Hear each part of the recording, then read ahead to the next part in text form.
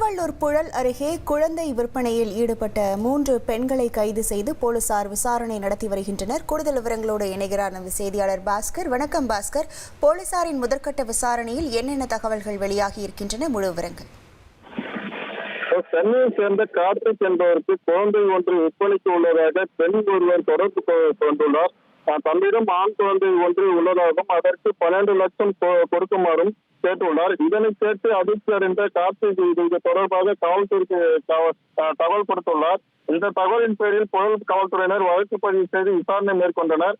தொடர்ந்து கார்த்திகை வைத்து குழந்தையை விற்பனை செய்வதாக கூறிய பெண்ணிடம் குழந்தையை விலைக்கு வாங்க பேரம் பேசியுள்ளார்.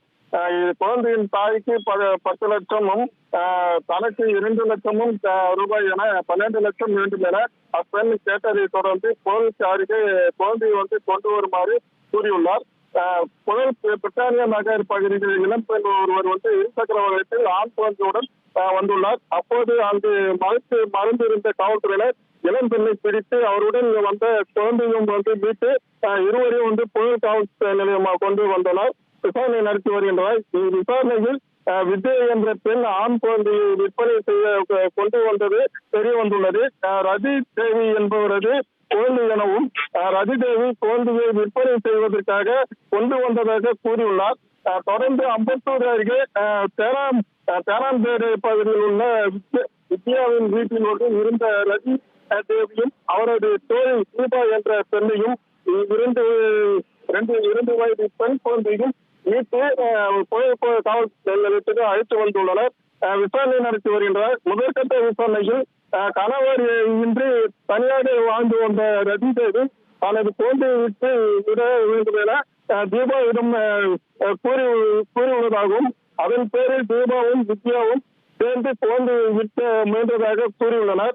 வித்யா செல்போனில் ஏராளமான குழந்தைகளின் புகைப்படங்களும் உள்ளதாக தெரிய வருகிறது.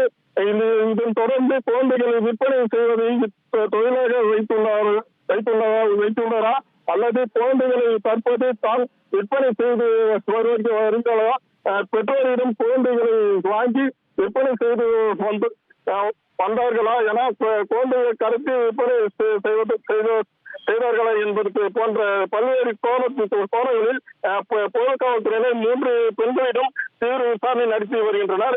முழுமையான விசாரணைக்கு பிறகு குழந்தை விற்பனை தொடர்பான அனைத்து விவரமும் முழுமையாக தெரிய வரும் என காவல்துறை தரப்பில் தெரிவிக்கப்பட்டுள்ளது.